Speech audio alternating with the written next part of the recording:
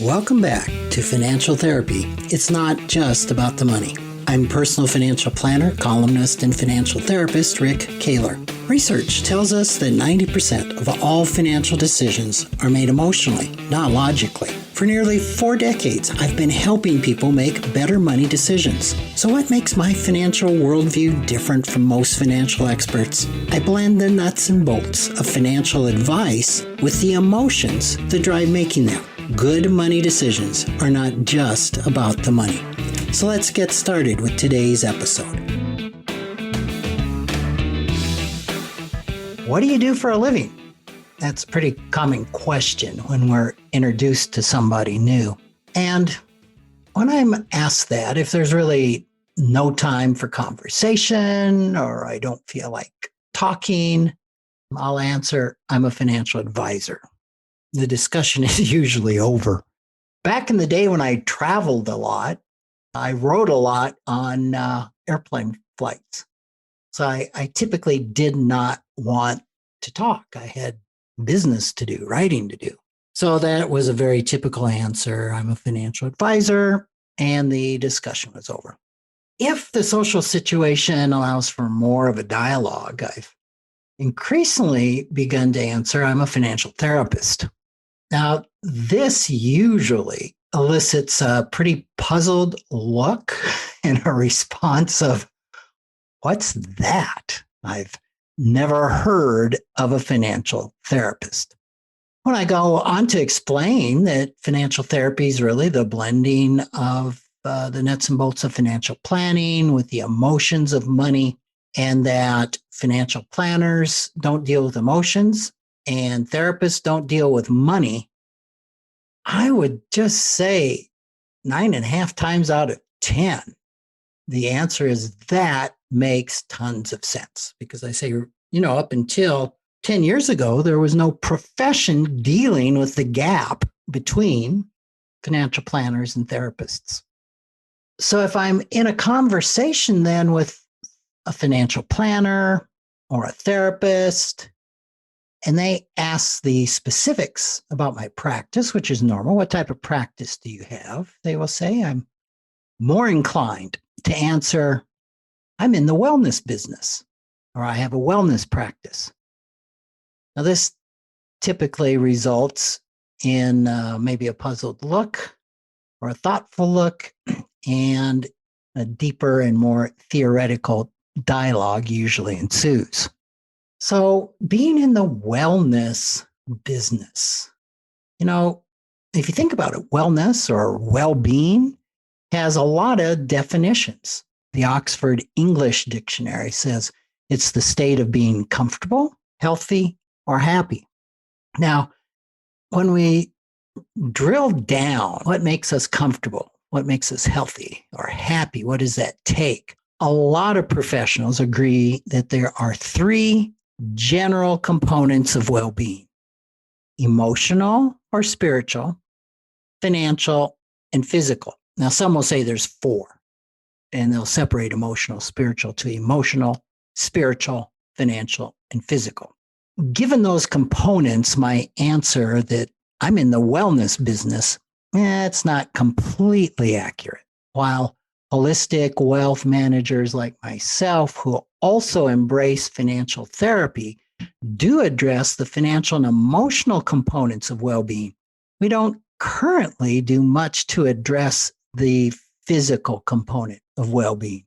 Now, someday that may be brought in, not necessarily that we're going to have a doctor on staff and do physicals, but one of my peers in Texas, Guy Cumby, is doing more and more to address the broad components of physical health with his clients.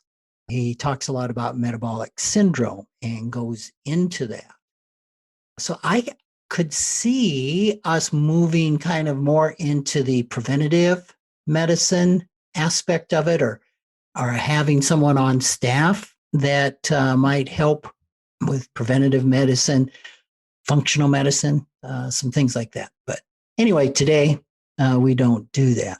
But, I just can't think of any other profession that's closer to being in the wellness business than a financial planner, financial therapist combination. Well, here's what really caught my attention recently. There was a panel presentation at the Global Wellness Summit held in November of 2020. And the panel predicted several wellness trends for 2021. And here's the crazy thing is this was reported at hotelsmag.com on November 27, 2020. I was pretty impressed that a hotel website was reporting on this particular panel presentation on wellness. So the trends that the panel went over included a greater holistic emphasis on preventative healthcare with a greater focus on food, supplements, immune therapies, and education. That kind of went along with my surmising that might be an area that somebody who's more broadly in the wellness business may add. So I'm delighted to see that trend continue. Personally, I am a great supporter of holistic medicine and focusing more on prevention and the whole person. Another trend the panel said would be an emphasis on nature and wilderness as healing, with more emphasis on wellness and human-powered travel. So that's pretty cool. As I'm talking to you, I'm looking out the window of my home and onto a wooded canyon. And nature is something that where I live, we embrace pretty passionately, I would say. And there's definitely a healing component to nature. There's no question about that. I like the emphasis on human-powered travel. In South Dakota, that might mean by horse. In Amsterdam, it certainly means bicycle. But that's interesting. They said we're also going to see more emphasis on creating a wellness refuge in your home, such as improved air quality, opening windows, eating outside, air purifiers, things like this. Of course, that's a result of the pandemic that has gripped the world. Makes a lot of sense since so many of us are now working from our homes that we're going to see that trend. So all that was interesting, but that's not what really grabbed my attention. What just stood out to me was what the panel called a great untabooing. They said wellness gets real about sex, money, and death.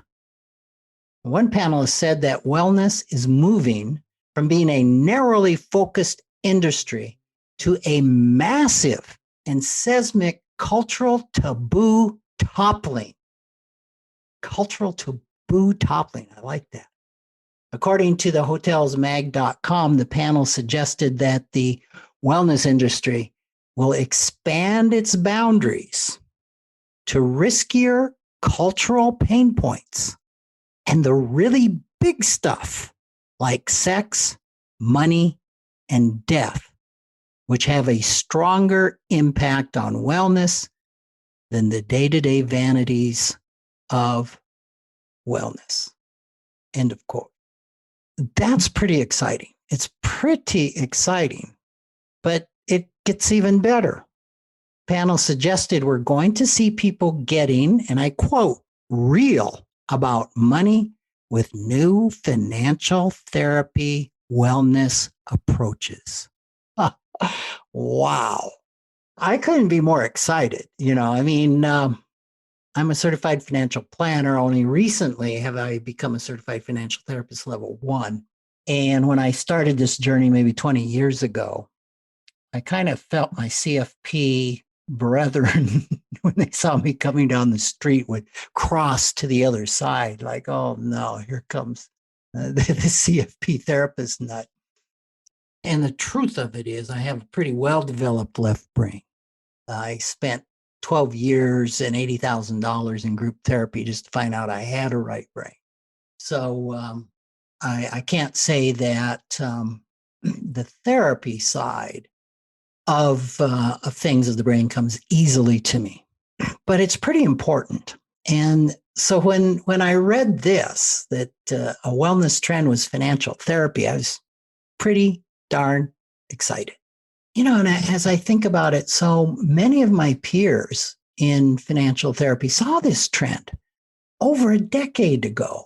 I mean, it kind of had its roots maybe a couple decades ago with the beginning of the Nasrudin Project, which was a leaderless group of financial planners, therapists, and coaches that got together once a year. And it's in its 26th year, I think, right now.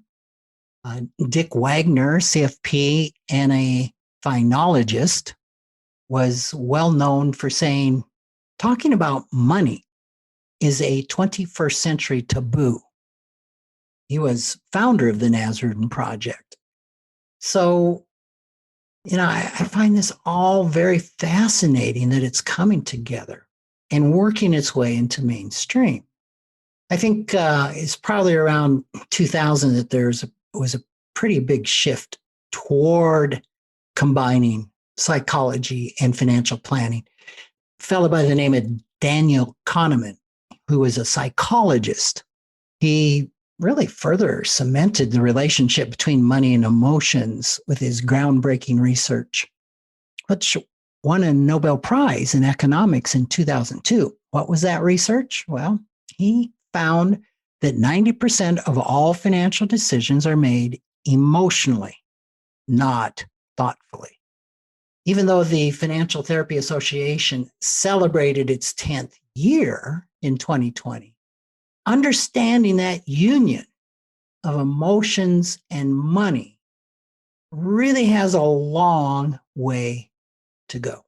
While formal education in the field of financial therapy is growing in universities' financial planning programs, there's not one college mental health program that has embraced the concept. Think of that. When I started this work, I thought, wow, the mental health profession is going to be all over this, but financial planners, nope, I don't think we're going to get them to go along with it. And I remember my co-author, Dr. Ted Klontz, of several of the books that we've written, said, Rick, I think you got it backwards.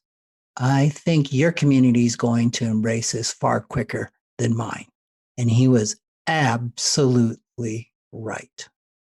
Eventually, I think that's going to change as the concept of wellness continues to expand across the medical, mental health, and financial professions. When will all that come together? I don't know. I'm hopeful that the mental health profession, and especially the colleges and universities, will begin to reach out and embrace the idea of financial therapy. But until then, we will continue to blaze the trail. Thanks for joining me, Rick Kahler, for another episode of Financial Therapy. It's not just about the money. This is where I combine the nuts and bolts of financial advice with the emotions that drive making them.